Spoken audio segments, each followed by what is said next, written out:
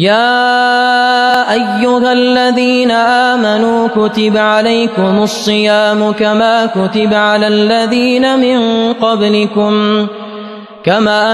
على الذين من قبلكم لعلكم تتقون أياما معدودات فمن كان منكم مريضا أو على سفر فعدة من أيام أخر وعلى الذين يطيقونه فدية طعام مسكين فمن تطوع خيرا فهو خير له وأن تصوموا خير لكم إن كنتم تعلمون شهر رمضان الذي أنزل فيه القرآن هدى للناس وبينات